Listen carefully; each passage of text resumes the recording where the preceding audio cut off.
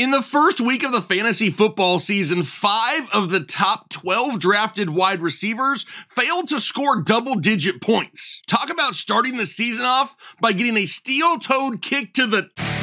That's right, we had a few big-time wide receivers that absolutely bombed in week 1, but don't worry, I'm here to cheer you up. Because today we're talking about wide receivers, so why not add a giveaway into this show with something from a wide receiver? How about the guy who just scored more fantasy points than every damn buddy in week 1? How about a full-size signed Tyreek Hill salute to service helmet? This was brought out on the Tailgate show last week. This helmet is sick. He even signed it in orange ink. But I'm gonna do a giveaway for this bad boy. How do you enter this giveaway? It's super simple. You hit the like button down below, you leave me a comment on the video, and then be sure to have a free account signed up through pristineauction.com. There's links down below in the description. Just be sure to use referral code headliners when you do so. By doing that, you'll be entered into all of our future giveaways. And for signing up with our promo code, we're gonna put a coupon into your account, so when you start scrolling their site and seeing all the amazing items they have,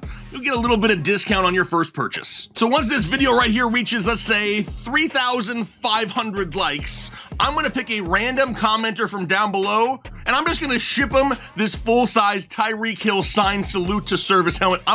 I would love to keep this. This is sweet right here. Looking forward to giving that away because I know you guys are gonna smash that like goal. But now it's time to talk about some football. There's timestamps down below in the description. Let's kick it off Thursday night football with the Minnesota Vikings and Philadelphia Eagles.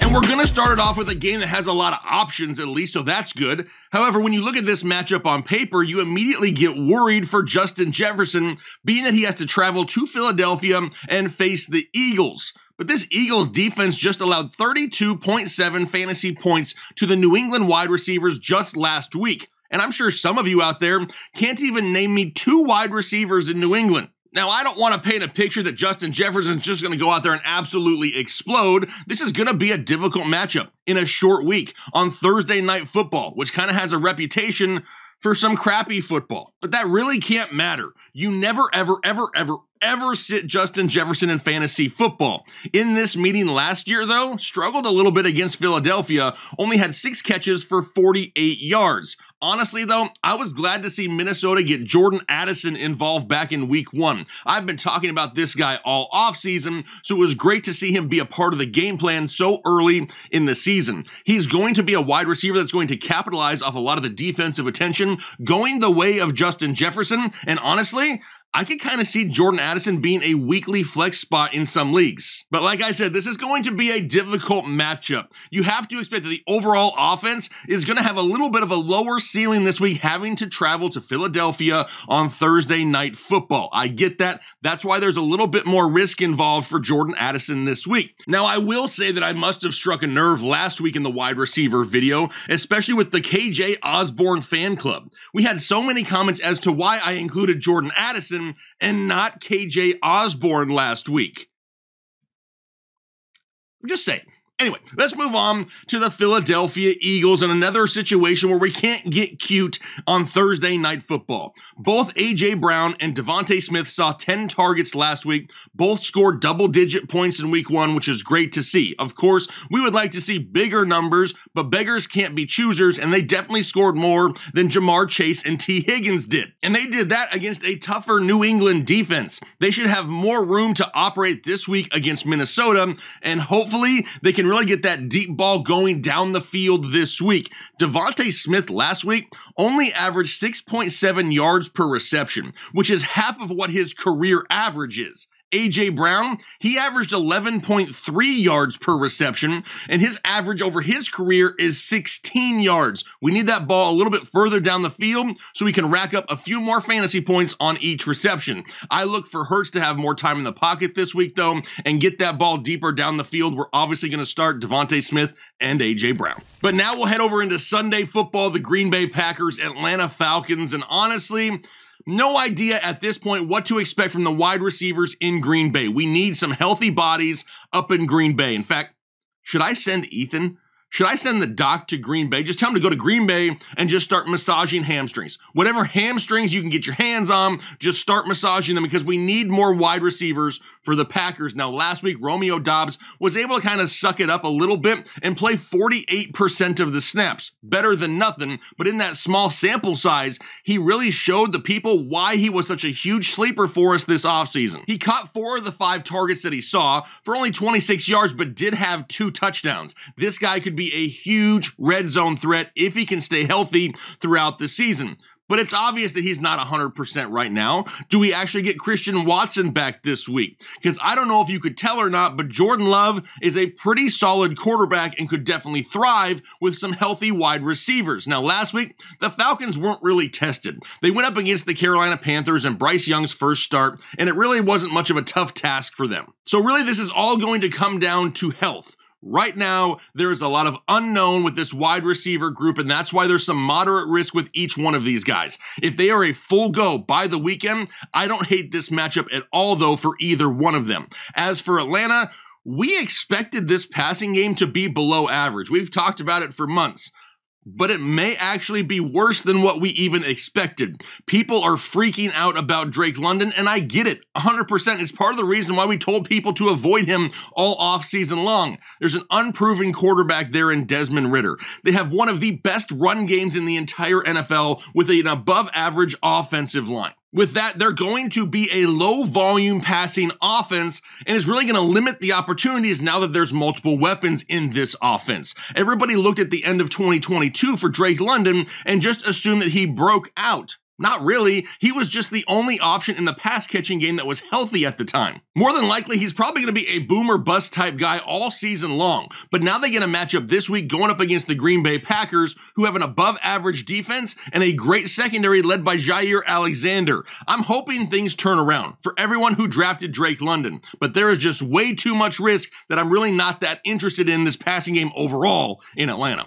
Now we head up to Buffalo, though, for the Raiders and the Bills, and I do not believe in victory lapping. Many people will do it. I will not. I kind of think it jinxes yourself, right? But I will say this, after week 1 of the season, what we saw on the field from the Las Vegas Raiders is kind of what we were expecting to see from Jimmy G in this offense. Jimmy G is going to be a solid quarterback. He's going to lead teams to victory, which he just did last week, but he's not going to blow you away with fantasy numbers, and he's really going to live in those short to intermediate routes. We just didn't feel that skill set really played to the strengths of Davante Adams, who really needs those deep shots down the field to produce the elite numbers that we've seen here for the past few years. Now, we talked about how the targets were going to be there, the receptions were going to be there, but in that offense, we could see him struggle a little bit with yards and touchdowns. Kind of similar to what we saw in week 1. Now, in no way do you ever sit Davante Adams as long as he's healthy. He is still a top talent, and he was pricey for you on draft day. I'm just curious to see how this plays out over the next few weeks. But I'm also more curious to see if they get Jakobi Meyers back this week, because that's going to play a big role as well. He's currently in the concussion protocol, but he proved last week that he is a large part of this offense and really fits the play style of Jimmy G. This is why they brought him in free agency in the first place. But now they get a tough matchup on the road in Buffalo, who's coming off a demoralizing loss on Monday Night Football to the Jets. But we already know that we start Davante Adams each and every week. We're going to pay attention to the availability of Jakobi Meyers, because if you're in a deeper league, I'm talking like those 3 wide receiver leagues, those leagues that have 3 or 4 flex spots, all of a sudden he could be an option if 100% healthy, so pay attention to that. For Buffalo, it's really more of the same at the wide receiver position. You got Stephon Diggs, which is your safe week in and week out must-start guy, and then you have a ton of risk everywhere else. Now, I hope by week 2, you are not in desperation mode already to where you have to take a lot of risks this early in the season. But if you are, and if I had to take a risk on a player, this kind of feels like a Gabe Davis week for me, and he may be a guy that I consider, even though there is huge risk surrounding him. There is literally nothing safe about Gabe Davis. He can score you 4 points or 24 points, and really nothing in between. Buffalo is going to be searching for confidence, though, early on in this game at home. They need some momentum after week 1. No better way than to do that early in the game with a big shot to Gabe Davis. There's just nothing safe about that whatsoever. How about now we go over to Baltimore and Cincinnati, which is going to be my Manscaped matchup of the week. Now, as soon as this video is over, be sure to head over to manscaped.com to get whatever you need to make sure you're looking your best and smelling your best this year, fellas. Trust me, their products are absolutely great. We've been using them for years around here. Just use code word headliners at checkout for 20% off and free shipping. Now, was there anyone else out there last week that kind of felt like their app wasn't refreshing the stats in the Bengals game in week 1? I legit thought there was an issue as I was trying to find my fantasy points. Had you told me that Joe Burrow, Ja'Marr Chase, and T. Higgins were going to combine for a total of 9.8 fantasy points, I would have thought you had been heavily drinking. There was obvious rust there for Joe Burrow, right? He didn't practice much. He didn't play most of the preseason due to that calf strain. And give a lot of credit to the Cleveland defense as well. They played great. They shut down the Cincinnati Bengals. But this isn't just some out-of-nowhere thing. Joe Burrow, over the last 4 years, has only averaged 218 yards, 1 touchdown, and 1 interception in week 1 of the season. And it has to be because almost every single year, he's missing extensive time in the offseason. In 2020, it was COVID. Then he had the ACL rehab, the appendectomy, then the calf strain. The guy isn't in there very much for the preseason and tends to start a little bit slow. Heck, week 1 of last year, he threw 4 interceptions in his week 1 game and was still able to bounce back, which is good because that tells us that the issues aren't with Ja'Marr Chase or T. Higgins. Higgins did put up a goose egg, but he still received 8 targets. Chase ended up with 9 targets, so we know the volume is still going to be there. That is not the question. But now in a matchup against Baltimore, this isn't going to be some walk in the park easy matchup for these guys this week. Burrow only had 5 games in 2022 where he had 1 passing touchdown.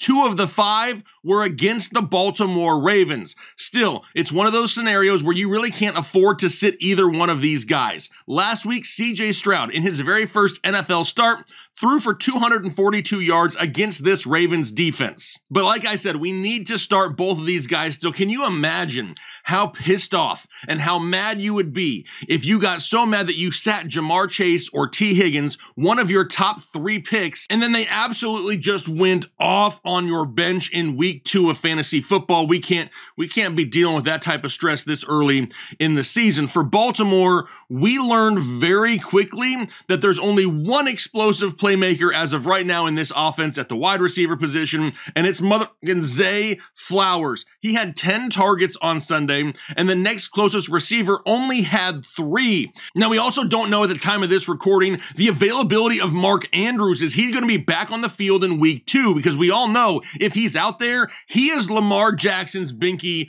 for sure. Having Andrews back on the field could definitely limit some of the volume that we see go towards Zay Flowers. And that's why there's going to be a little bit of risk as of right now. Lamar is going to have to get rid of the ball super quick this week, though, and that could really benefit the likes of Zay Flowers. Now, I'm not going to be one of those guys that just sees all the week 1 performers and immediately just throws them into my lineup with complete confidence. That's not how we do things in fantasy football. We need to see weekly consistency. But in deeper leagues, Flowers is for sure an option as of right now. As for Odell Beckham and Rashad Bateman, I really see them being more reliant on that deep ball, and that's not something we can count on week in and week out from the Baltimore Ravens passing offense in 2023. So for right now, Zay Flowers is my only option, but you gotta know there's still risk involved, and we need to find out what happens with Mark Andrews. Which will then take us up to Detroit for the Lions and the Seahawks. And can we please get the 2022 version of Geno Smith back, please? I'm not overly interested in the one that I've seen so far here in 2023. Now, last week, DK Metcalf was saved by a touchdown, but 8 combined receptions for this trio of wide receivers is just not going to cut it. The big issue here that I see is the offensive line play. Both Seattle starting tackles are questionable to play in week 2 and miss time in week 1. If they are going to be out or limited, that's not going to give Geno Smith any time in the pocket, and these routes down the field aren't going to have time to develop to DK Metcalf and Tyler Lockett. For that reason, we have to know that there's going to be some risk involved with both of these guys. That defensive pass rush could get after Geno quick. We just saw last week in the first game of the season how they were able to disrupt Patrick Mahomes and the Chiefs' offense. It also sounds like Tyler Lockett should be good to go in this game. After suffering a scare of a concussion in week 1, he should be available though. And that's really a good thing though, because that's really where the touchdown upside resides in this offense. It's with DK Metcalf and it's with Tyler Lockett. Now sure, at some point, JSN could become one of those guys in this offense, but it's going to take a few weeks for him to really start to establish that type of role. And that was somewhat evident in week 1 where he only played 30 snaps. That's going to increase over time. Don't forget, he's also coming back from a wrist injury as well. But in a game against Detroit, you have to expect their offense to put some points on the board. And if that's the case, Seattle's going to have to continue to air it out all 4 quarters, and why I'm considering DK Metcalf and Tyler Lockett. For Detroit, though, it's really just going to be Amon-Ra or nothing for right now. For me, he started off week 1 hot, right? 5 receptions and a touchdown before the half. Really didn't get much in the second half of that ball game, though. He's still a top option on this team through the air and is going to remain a top 12 option pretty much weekly the entire 2023 season. Seattle last week allowed over 36 fantasy points to opposing wide receivers. Let's see if he can find the end zone this week. We're always starting Amon-Ra. We already know that. But now we head down to Houston for the Texans and the Colts, and how nice was it to see Michael Pittman start off the season with 11 targets. That's something he only did 4 times total in 2022, and he's really solidified himself as the top option in this offense. There were a lot of questions this offseason whether or not rookie wide receiver Josh Downs could be that early favorite to see the large target share. And he was definitely up there. He was a big part of this offense as well. He was second on the team with 7 targets, but really wasn't able to do very much with them. Houston's secondary, though, is pretty solid. We've talked about it for multiple weeks now. This isn't a pushover of a defense. Over the last year, this defense has allowed the 3rd fewest points to opposing quarterbacks. So if quarterbacks are being limited, so are wide receivers. However, between the target potential and that ability that he has to bring down the 50-50 deep ball, Michael Pittman is going to remain in the green for me here this week. For Houston, I'm really still only interested in Nico Collins. I've been high on Nico Collins for quite some time. All offseason, I looked at him as the true #1 guy in Houston, a team that's probably going to be trailing a lot, having to throw the ball a lot, and he really possessed something that a lot of other receivers on this team didn't: speed and size. And then we kind of saw it come to fruition in week 1 with 11 targets and 80 receiving yards. Now, hopefully, being that it's only week 2 of fantasy football, you have some other higher drafted options than Nico Collins. But if you're in a deeper league that starts extra wide receivers or extra flex spots, I don't hate the idea of starting Nico this week. Last week, the Colts allowed over 35 fantasy points to opposing wide receivers, which was 6th most in the league. Now, there is no way that you can call Nico Collins some smash start after just 1 game of the season, but it is really nice to see him getting the usage that was expected. Which will then take us over to Jacksonville for the Jags and the Chiefs, and this game is going to be super exciting to watch. Maybe not as much from the wide receiver position, but just as a whole. Now, I said in the video at the end of last week that one thing is clear to me with this Kansas City offense. Without Travis Kelce, no one can be trusted, right? And Travis Kelce is the clear option #1 in this offense, but after that, we may not be too interested for right now. Mahomes threw the ball to 12 different players last week. No one on the team had more than 5 targets. The leading receiver was MVS with only 48 yards. Now, people are going to come out and really try to give you reasons as to why so-and-so is really going to be the guy going forward. Like Rashee Rice. Well, he scored a touchdown last week. He's Patrick Mahomes' guy. Is he? Really? Because without that 1 touchdown grab, the guy scored like 4 fantasy points and really wasn't looked at consistently through the game. Now, is he going to score a touchdown every single week? Probably not. This is going to be an absolute nightmare going forward. Patrick Mahomes is more than likely going to put up solid numbers. The numbers going to the wide receivers are going to be split between a bajillion guys. It's going to be like playing blindfolded darts. You're just going to have to pick one and hope that it hits, because there's not going to be a clear-cut option each and every week, at least for multiple weeks in this offense. Now, for Jacksonville, I haven't seen too many. Have you seen? No?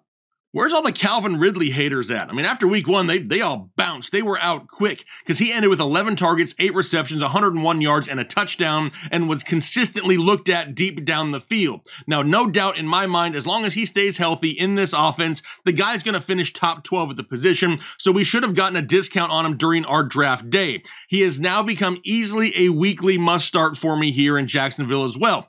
But what about Christian Kirk and Zay Jones? A lot of people are worried about Christian Kirk and his one-catch game, but Kyle actually did a film review. He released it to members only to really see what's going on with Christian Kirk. The biggest issues that we really saw on film is that the Jacksonville Jaguars are running a lot less 3 wide receiver sets than they did last year. We're seeing more 2 wide receiver sets, more 2 tight end sets, and in those 2 wide receiver sets, it's been Zay Jones and Calvin Ridley. Now, maybe that was by design, right? Maybe that's what they came into this game with as a game plan. We need to be sure to watch this closely, though, because it also could be a warning of things to come. Until we see how they handle this going forward, Ridley is going to remain the safest option in Jacksonville. But now we go down to Tampa Bay for the Buccaneers and the Chicago Bears, and this is where we currently are in fantasy football.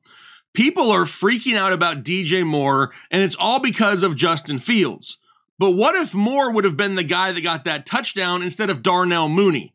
All of a sudden, everybody's happy with DJ Moore, but yet the quarterback is still Justin Fields. So really, before I act like Chicken Little like the sky is falling on DJ Moore, we need to give it a little bit more of a chance. Give the Packers defense some credit last week. Jair Alexander spent a lot of that game on DJ Moore, and he is one of the best defensive backs in the entire league. He locked up DJ Moore. It happens. He still scored more points than T. Higgins. Now, last week, this Tampa Bay defense gave up over 38 points to opposing wide receivers, so let's see if DJ Moore can bounce back this week. If Fields continues to look the way of Darnell Mooney for multiple weeks, then we can start to worry. But just don't forget, Mooney isn't just some guy, right? I mean, he is definitely somebody capable of putting up big numbers in the league when he can stay healthy. He's actually had past chemistry with Justin Fields, so don't be surprised if he's utilized from time to time. We're just not writing off DJ Moore just yet. For Tampa Bay, we can actually have a reliable wide receiver in Tampa Bay with Baker Mayfield as the quarterback. I mean, he didn't look half bad in week 1, and Mike Evans finished the week as wide receiver 13 overall. It's great to see that connection really start early on in the season. I would have loved to see a little bit more Chris Godwin, but he was able to bring in 5 of his 6 targets, and he averaged over 10 yards per reception, so it's not horrible. I expect him to have some solid games this season. For sure, something to look at in a decent matchup, of course. Kind of like this one against the Chicago Bears, who were just carved up last week by Jordan Love and the Green Bay Packers.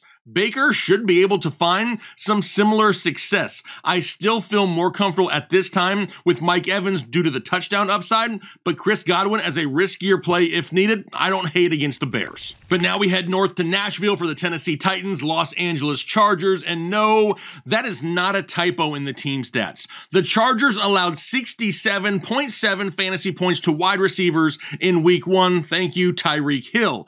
Does this mean, though, that we just automatically fire up all the Tennessee wide receivers? No freaking way. This is a very low producing passing team, and Ryan Tannehill last week almost completed as many passes to DeAndre Hopkins as he did to the Saints players. This is not a team that's going to have a lot of scoring chances through the air in most weeks. With that being the case, I'm going to follow the volume play, and that's about it. DeAndre Hopkins led all wide receivers with 13 targets on the Tennessee Titans last week. He caught 7 of them for 65 yards, and from a PPR standpoint, he didn't really kill you. The Chargers should be able to find some success against this team in the Tennessee Titans, which means Tennessee is going to have to throw for all 4 quarters. Could this be that week where Treylon Burks gets that big play in garbage time? I could see that happening, but he is still way too boom or bust for me to trust as a start this early in the season.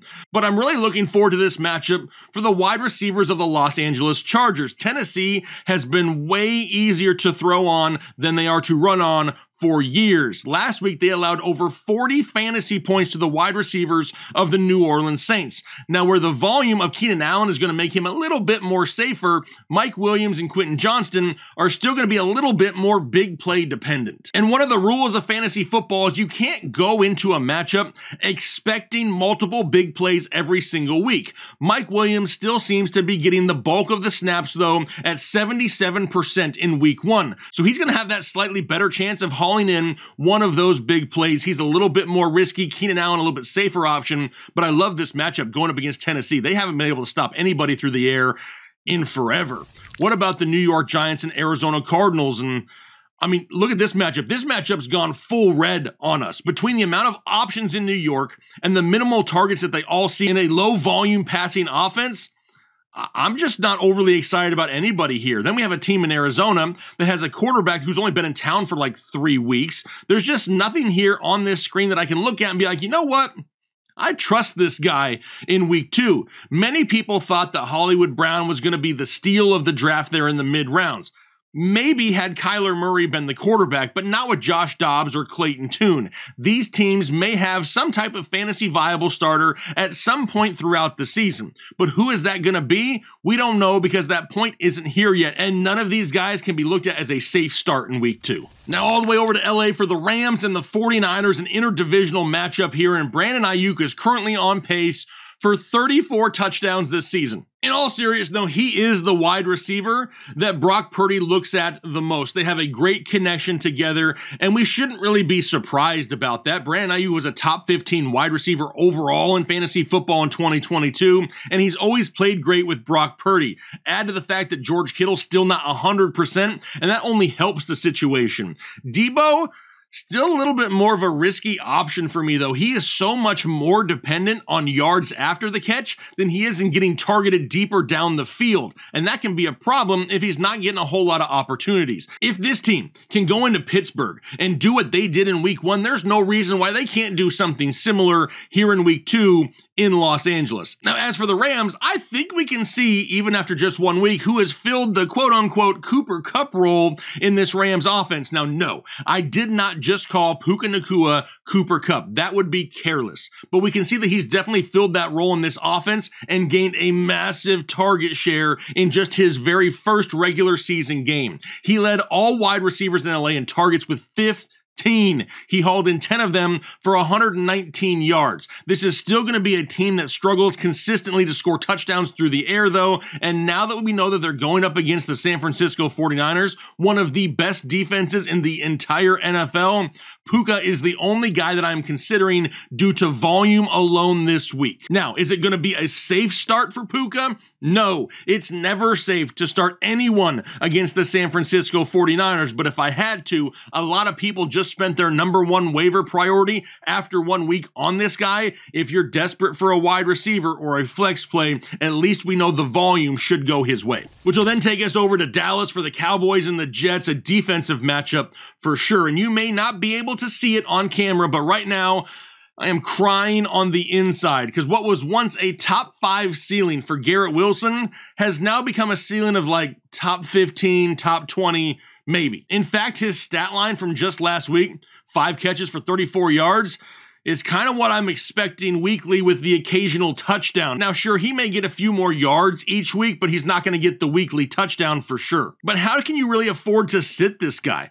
This was a lot of teams' second-round pick, a lot of teams' wide receiver 1 this year, and now he has to worry about going up against the defense of the Dallas Cowboys, which is one of the best in the NFL.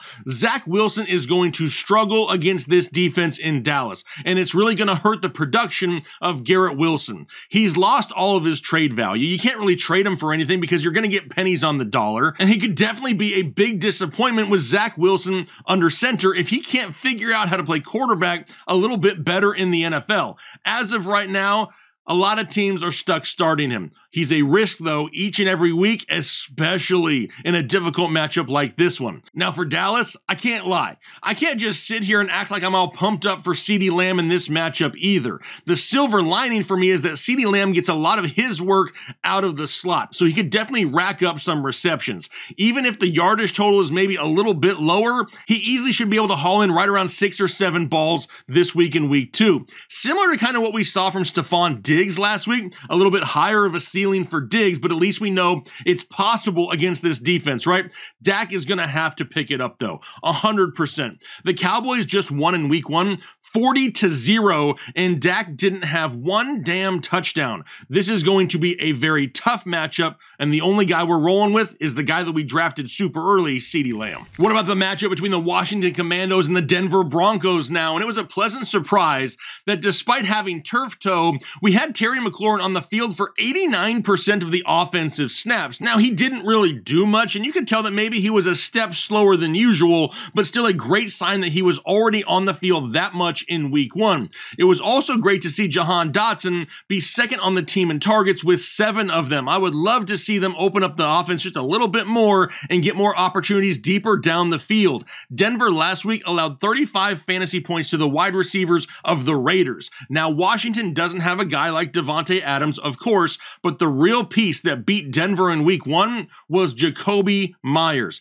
That right there is what's going to give me a little bit of hope this week for Jahan Dotson. Neither of these guys are really safe, though. They're going to spread the ball around in this offense to other pieces like Curtis Samuel and Logan Thomas as well. But these two guys do have some flex appeal with some risk in week 2. For Denver, I don't think we can really consider anyone other than Courtland Sutton until Jerry Jeudy comes back. The problem is, Sutton's never really been that volume type of wide receiver. He's more of that big play, touchdown kind of guy, and one of those players where if he doesn't score a touchdown, he doesn't help your fantasy team. And that is really something that is hard to trust and hard to rely upon each and every week in this game, especially with the overall struggles of the Denver offense. This isn't some offensive juggernaut that goes out and scores 30 points a week. We're struggling to get them to 20 over the last 12 calendar months. Sutton is more of a low-end wide receiver 2, a flex play at best with some risk in week 2. But then we head to Sunday Night Football, the Miami Dolphins, New England Patriots, and Tyreek Hill wasn't playing around, was he? He said his goal was 2,000 yards in 2023, and the dude just went out and had 215 of them in week 1. This offense as a whole just exploded. 536 total yards in their week 1 matchup against the Chargers. Now, this is going to be a little bit more difficult for them here this week going to New England, and we really saw that last year, right? In the 2 games against the New England Patriots in 2022, Tyreek Hill failed to get 100 yards receiving in either game and didn't have a touchdown as well. For Jalen Waddle in those same 2 games, he was held under 70 yards receiving in each one of them and did find the end zone 1 time. However, there is no way that if Tyreek Hill and Jalen Waddle are healthy that you sit them in fantasy football. Tyreek showed you why last week. He can win you a matchup basically all by himself. Now, maybe the ceiling is a little bit lower for Jalen Waddle, but we're still talking about a top 12 wide receiver that can't be sat as long as they're healthy. How about New England? I really can't say the same thing for New England that I just said for Miami. As much as they all shocked the hell out of me in week 1, I just don't see how we can start any of these guys just yet in week 2. 9 different players were targeted. None of them had over 64 receiving yards, and I really don't think we can count on Kendrick Bourne to score a touchdown or 2 every single week. The storyline here, one that I'm kind of paying attention to, is Mike Gesicki. Remember, he left Miami, he went to New England, now gets to go up against his former team. Now, maybe he gets a couple extra red zone looks to try to get a touchdown against his former team. Just kind of a hunch, but moral of the story is this. This offense in New England is going to be way better in 2023 than it was in 2022. But similar to the Kansas City Chiefs, when we talked about them earlier, it's going to be impossible to know which wide receiver each week it's going to be. Plus, at some point, Devontae Parker will come back, who is technically their wide receiver 1 on this offense. So we're really going to play this one by ear. We're going to watch this offense probably for a couple weeks. Once we start seeing some of that consistency, that's when these guys become fantasy viable options, so just not yet in New England. But then we go to Monday Night Football. We got a doubleheader this Monday night. The first game up, the New Orleans Saints, Carolina Panthers, and just like it was said all offseason long, Carr is the deep ball quarterback that this team needed. Derek Carr in week 1 had 4 wide receivers which averaged 12 yards per reception or more. Olave was the leader in targets with 10, which was great to see as well. But now they get a matchup going up against Carolina, who just lost one of their starting defensive backs, J.C. Horn, who's going to miss a few weeks. With a below average running game in New Orleans, I have to expect they're going to continue to throw the ball deeper down the field. Olave and his target share, that's going to make him the safest option in this offense weekly. We know that, we've talked about it for months. But what about Michael Thomas and Rashid Shaheed? I see the Shaheed performance in week 1. I really do. But like I said earlier, I can't be quick to just see a week 1 performance and automatically trust that in my lineup going forward. We need to see if we can get some consistency out of him, because we haven't really seen that in the past. With Michael Thomas, obviously we know when he's healthy, he's going to have a decent target share. He was just under Chris Olave's targets at 8 this past week. And honestly, he's not hurt yet, which is great. And when Michael Thomas isn't hurt, he's going to get volume in this offense. Now, most teams probably don't need to start Michael Thomas or Rashid Shaheed, but it really depends on your options. Neither one of those guys are going to be safe options just yet. Really, the only guy I feel comfortable with still is Chris Olave, but it was great to see there in week 1. Hopefully they can continue to build off of that. And then our last game of the week, the Cleveland Browns, Pittsburgh Steelers. And this is the time for George Pickens to step up and try to be a true wide receiver 1 in the NFL. Now, we know we're not going to have Deontay Johnson now for multiple weeks. He won't be available. Plus, we still don't know the availability of tight end Pat Freiermuth as well. But this matchup against Cleveland really can't be overlooked. Last week, they held the Cincinnati Bengals wide receivers to only 8.6 fantasy points. And it's not like we can look at this Pittsburgh team and say, yeah, well, they're clicking on all cylinders. No, they got absolutely crushed last week by the San Francisco 49ers. If this isn't the time to really see that large uptick in volume going the way of George Pickens, it may not happen. Now, I don't love any of the wide receivers in Pittsburgh, if I'm being completely honest, but this is when George Pickens needs to prove me wrong. I've said for months how I've worried about his ability to separate from his defender, and then he's become overly reliant on this big play circus catch just because he can't get open. But if he can really get that added bump in volume and do something with it consistently, we could be looking at a wide receiver that's going to give a huge boost to a lot of fantasy football teams out there. For Cleveland, it's really hard to look at anyone outside of Amari Cooper just yet, maybe except for Elijah Moore in this offense, but neither one of them really did much in week 1. I can't really build a case for either one of these guys just yet. Cooper found success against Pittsburgh early in 2022, but that was with Jacoby Brissett under center. He struggled later in the season with Watson as his quarterback, and we know that every year, this is one of those interdivisional matchups, those hard-hitting matchups, and we know the Pittsburgh Steelers at home, again, are trying to right the ship after what happened to them in week 1. If I had to choose a guy here, it's Amari Cooper. He's still a little bit more established in this offense and the guy that I still feel a little bit more comfortable with. But to be honest, there is so little to go off as of right now in this passing game of Cleveland that it's basically a dart throw each and every week until we can find some of that consistency. All right, so that's going to wrap up the starts and sits for the wide receiver position in week 2 of fantasy football. But don't forget, you got to hit the like button. Once we hit our like goal, I'll be picking a winner, a random winner from down below, to give away this signed full-size helmet, Tyreek Hill Salute to Service. This thing is sick. I know a lot of people are going to want this, so be sure to hit that like button, leave a comment down below, and then do your part to make the world a better place.